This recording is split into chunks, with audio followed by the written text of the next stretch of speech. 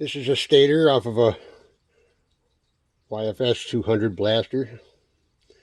A lot of people want to do LED lighting conversions, and one of the steps that you need to do in order to convert your stator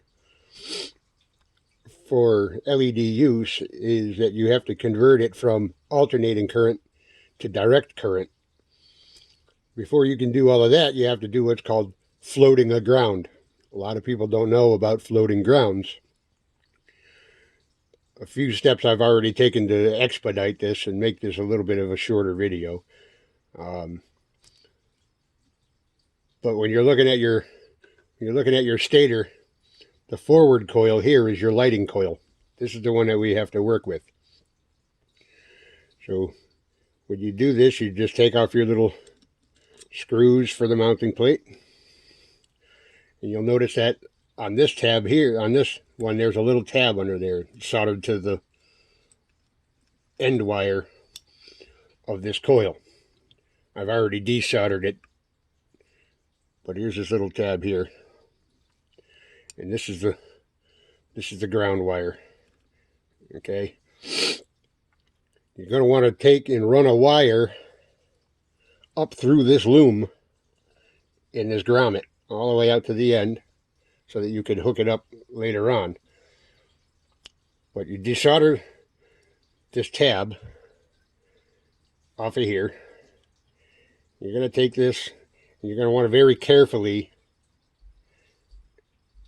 take this wire and bend it down so that you can stick it through this hole in the plate. Now you don't want this ground wire that you're putting in to get pinched between this plate and the engine when you put it back in. So you're carefully going to put this down through here like that. And then you can mount your coil back on. And again, just for expediency, I'm not going to get too carried away here. I'm just going to put these in loosely. You're going to want to be able to work with it as well. But I've already run the wire down through the loom, which is the hard part.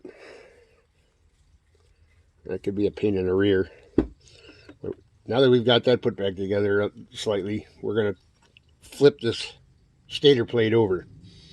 Now here's the wire that I've already run through the loom.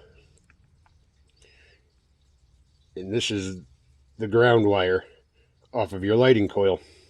You're going to want to take these and solder them together. This is also another fun part to do. Leave yourself a little bit of room.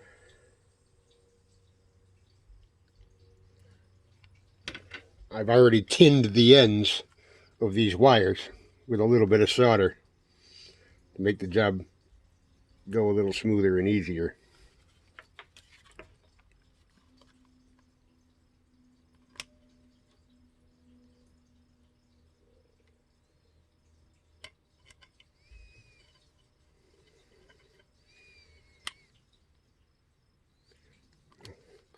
Hold that until it cools.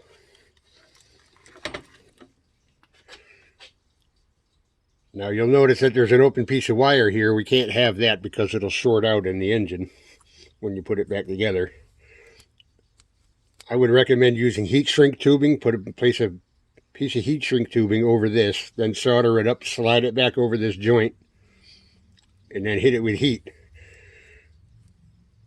But this is just a basic how to get it done. So we're going to use electrical tape again for expediency. It isn't the proper way. I don't recommend doing this really, but it's just to show you. So we get this nice and covered up so it doesn't short out.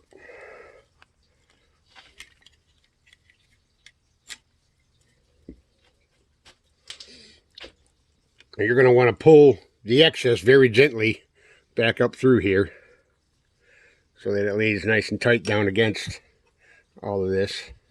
But I've already got it taped. So what we do here is we tuck it in along this rail here inside of this cavity. This way it doesn't pinch up between the engine case and the stator plate. Take yourself a zip tie.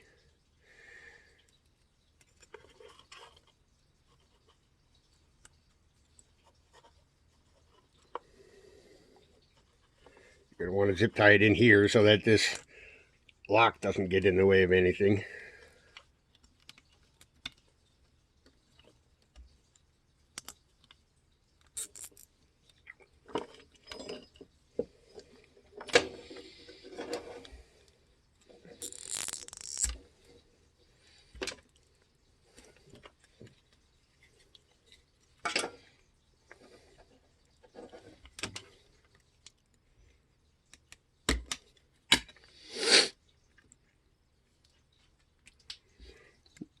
Now that you've got that done, you can clamp these down.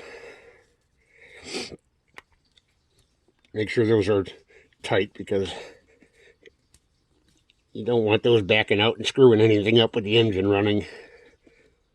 Seeing as this is behind your flywheel, if one of these little screws comes out, it's going to cause mayhem back there.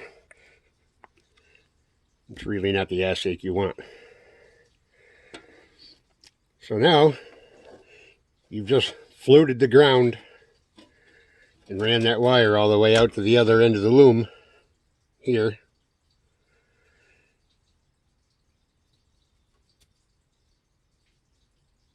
See?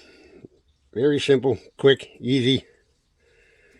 Anybody with a soldering iron and more sense than a potato can get this done.